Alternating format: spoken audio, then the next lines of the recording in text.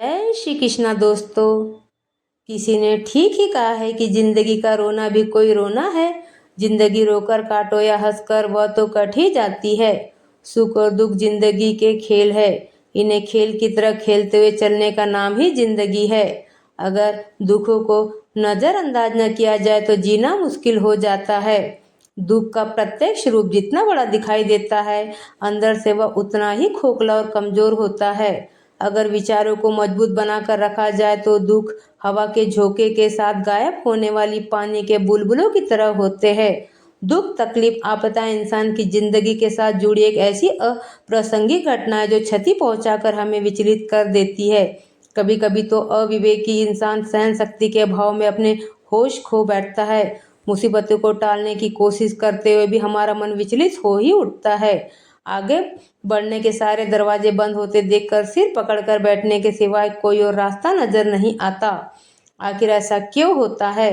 कारण यह है कि हमारी नकारात्मक सोच और चिंतन हम पर हावी हो जाते हैं।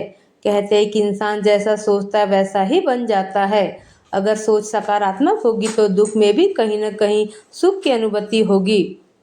प्रकृति ने हमें रास्ता बताया कि दुख तकलीफों के समय रोने, सिर पीटने या डरने की बजाय अपने आप पर, अपने कर्मों पर विश्वास रखिए, जिससे कि आगे बढ़ने के लिए शक्ति, प्रेरणा और लक्ष्य मिले। किस्मत भी उन्हीं का साथ देती है जिनमें कुछ करने का साहस होता है। हर दिन एक जैसे नहीं होते। प्रकृति का नियम है कि रात के बाद दिन जरूर आता है। यहाँ कुछ भी स्थायी नहीं है। बुरे वक्त में हमें भी सुख रूपी सुबह का खुशी खुशी इंतजार करते रहना चाहिए, जो हमारे लिए एक नई ऊर्जा का निर्माण करती है। दूसरों से तुलना करके अपने भाग्य को कोसने की बजाय अपनी अच्छी बुरी आदतों, कमजोरियों, ताकतों को परखे और हिम्मत न हार कर आगे बढ़ते रहे। यही है खुशहाल जिंदगी का सबसे बड़ा मंत्र। जीवन एक नदी की तरह जो कभी शांत बहती तो कभी उफान पर होती है। यह पूरी तरह स्वाभाविक है कि जीवन में कभी सुख के पल आते तो कभी दुख के बादल घिर जाते हैं। सुख और दुख दोनों ही जीवन के हिस्से हैं। अगर केवल सुख ही सुख हो तो हम उसके महत्व को नहीं समझ पाएंगे, और अगर केवल दुख ही दुख हो तो जीना असंभव हो जाएगा।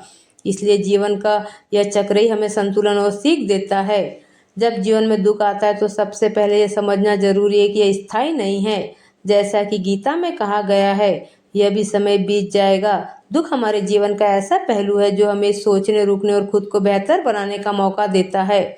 दुख को नकारने या उससे भागने की कोशिश करने के बजाय उसे स्वीकार करना चाहिए। जब हम इसे स्वीकार करते तो यह हमारे लिए बोझ नहीं रहता, बल्कि एक सीखने का माध्यम बन जाता है। दुख के समय हमें अपनी भावनाओं को दबाने के बजाय उन्हें महसूस करना चाहिए। अगर रोना आता है तो रो ले, अपने मन को हल्का करे। रोना कमजोरी नहीं है, बल्कि यह एक तरीके से अपने मन को साफ करने जैसा है। और अगर आप अपने दिल की बात किसी करीबी से साझा कर सकते हैं तो इससे बेहतर कुछ नहीं।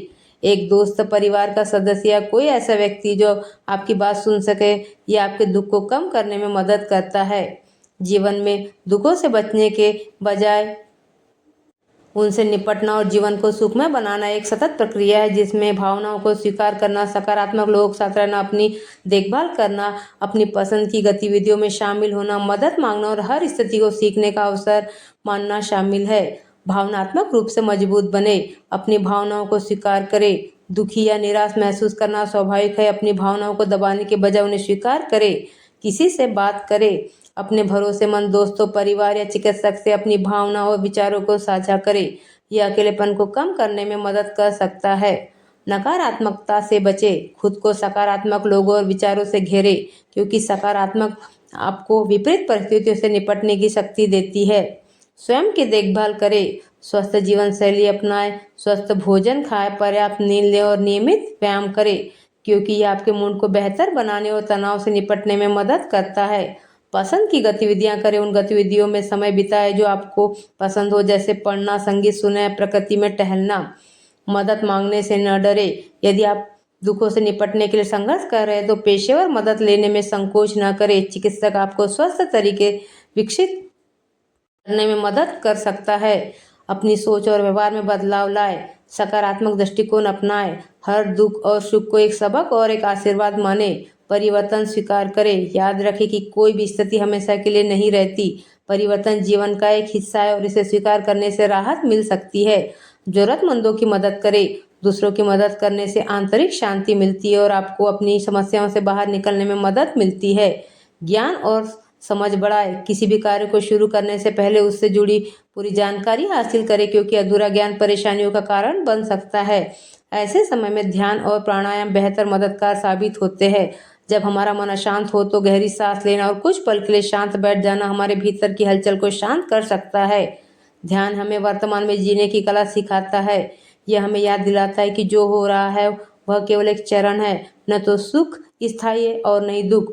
इसके अलावा अपने दुख के समय खुद को व्यस्त रखना भी एक अच्छी आदत है। कोई किताब पढ़े, संगीत सुने, प्रकृति के करीब जाए या कोई नई चीज सीखने की कोशिश करे, ये सब आपके मन को सकारात्मक दिशा में ले जाते हैं। खासतौर पर प्रकृति से जुड़ने पर एक अनोखी ऊर्जा महसूस होती है, मानो यह हमें सिखा रही हो कि हर पतझड़ के बाद बसंत आता है।